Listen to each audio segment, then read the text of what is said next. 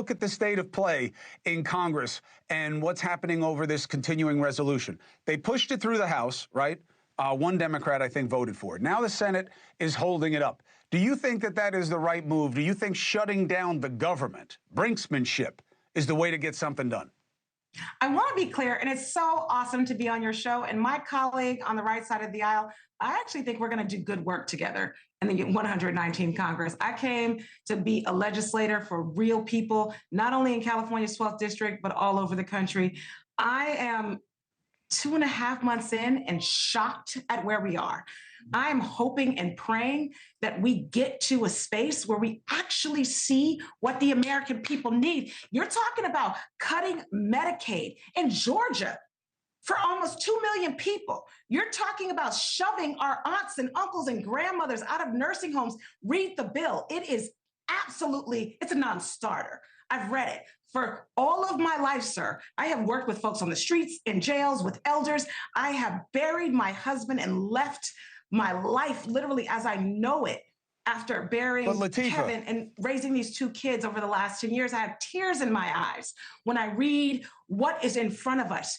43% of the people in my district will be harmed by this CR. This is real. This is not politics. This is cruel. This is a cruel retribution on the American people.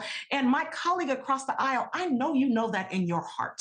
I know you know that. So we'll see what happens on the Senate side. I am begging Democrats in the Senate to do the right thing, and say, no, we don't want to shut down the federal government. My mother worked for the VA for 35 years. You think I don't want women like her to get a paycheck? Absolutely not. But a non-starter is kicking our veterans to the curb and lying about it. Our non-starter is diminishing the Department of Education and saying that disabled children don't need aids in the classroom. Or I can go on and on. Read the bill. You can. Understand. But hold on a second.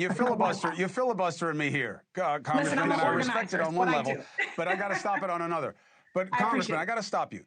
This CR does not do any of those things. This is kick the can down the road with a little bit more for the defense. I'm not saying that there aren't members of the right, and I'll let Dr. Rich speak to it, who don't want to make cuts to Medicaid. But hold on a second. Congressman, that's not in this CR. Those cuts to Medicaid and those proposed cuts to the federal government, those are all things that are going to be negotiated later. They're not in the CR. You know what the CR does? It does give I think it's my turn now. The power of my colleagues on the right and the left to advance really what is our job to make sure that we actually have the legislative power of the purse. It does. It absolutely does. So fine, folks want to be a part of the big old gang in the administration and give away their rights. Our job as legislators is to advance really what's right for the American people. We read the bill, we read the executive orders, we know what's happening. They've all said, it's fine, we'll throw away our people.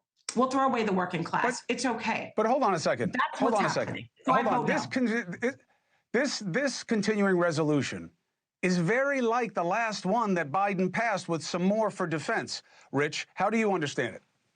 Okay, I'm glad we got the talking points out of the way. Let's talk about the truth of this. Nothing's appropriated. Nothing. You have essentially the same Nancy Pelosi spending bill from the COVID era spending, which increased by record spending levels. We had a record spending bill last CR. We cut $12 billion. Are you kidding? $12 billion is 0.0017% of this $7 trillion budget, and it's not even appropriated. You can find more waste than that in just what we spent on the illegal immigrants coming across the border. $40 billion spent from FEMA.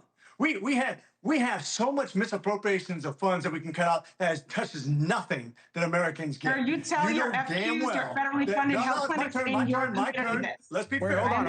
Lateefah, I can't hear when you talk over each other. That's why I always want to get people in person. But go ahead, Rich, but also understand, Doc, tell us why you voted for it if you don't like it.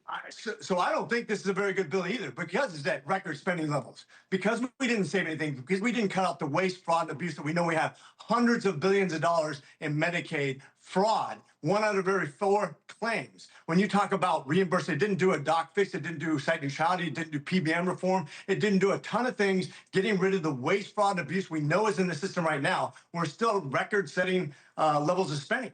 Hey, thanks for watching. Go to joinnn.com to find NewsNation on your screen. And don't forget, click the red subscribe button below to get more of NewsNation's fact-driven, unbiased coverage.